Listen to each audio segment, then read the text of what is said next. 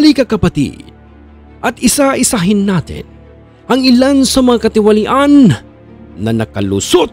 Oo kapatid, tama ang iyong narinig, nakalusot sa gobyerno ni Pangulong Rodrigo Roa Duterte noong panahon ng kanyang panunungkulan. Handa ka na ba kapatid? Noong taong 2017, nadiskobring nakatago sa mga bodega sa Valenzuela City ang 6.4 bilyong pesos na halaga ng iligal na droga mula China nang makalampas ang kargamento na dapat sana ay mahigpit na screening ng Bureau of Customs. Ang mga iligal na droga na nakalagay sa 5 metal cylinders na dumaan sa Manila International Container Port ay nasamsam. Sa investigasyon ng Senado, sinabi ni Senador Franklin Drilon na si Commissioner Nicanor Faeldon na kalaunan ay inilipat sa Office of the Civil Defense at Bureau of Corrections ay malinaw na sangkot.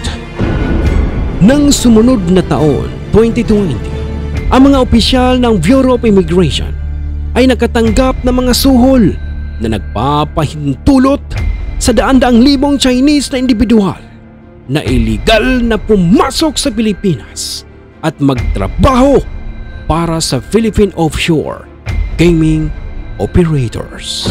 Nakakalungkot hindi nga ba? Ito ay ibinulgar ni Senador Risa Hontiveros sa investigasyon ng Senado. Nagbigay umano ng VIP treatment ang mga opisyal ng Bureau of Immigration sa mga Chinese na individual sa halagang 10,000 pesos na service fee bawat isa. Ang mga opisyal ng Bureau of Immigration na sangkot sa scam ay tumanggap umano ng 20,000 pesos o 8,000 pesos kada linggo. Pagsapit ng Hulyo, sinabi ng Malacanang na inaasahan ni Duterte na titiyakin ng DOJ na matatanggal sa serbisyo ang mga opisyal ng Bureau of Immigration na sangkot sa iskandalo ng panunuhol. Noong taong 2021, tinawag ng COA ang Philippine Health Insurance Corporation o PhilHealth para sa mga payment schemes nito na walang mga control mechanics upang madetect at maiwasan ang pandaraya. Taong 2019 nang ilantad ng Inquirer na inaprubahan at inilabas ng mga opisyal ng PhilHealth ang mga bayad para sa mga pasyenteng patay na, oh boy, at sa mga hindi pa nakakatapos ng paggamot. Para sa mga hindi nakakaalam na dapat ninyong malaman, ang Pilipinas ay mayroong pambansang budget na 3.35 trillion pesos noong 2017, 3.76 trillion pesos noong 2018, 3.75 trillion pesos noong 2019, 4.1 trillion pesos noong 2020 at 4.51 trillion pesos noong 2021. At para sa 2022, isang taon ng halalan, ang gobyerno ay nagmungkahi ng 5.2 trillion pesos sa pambansang budget.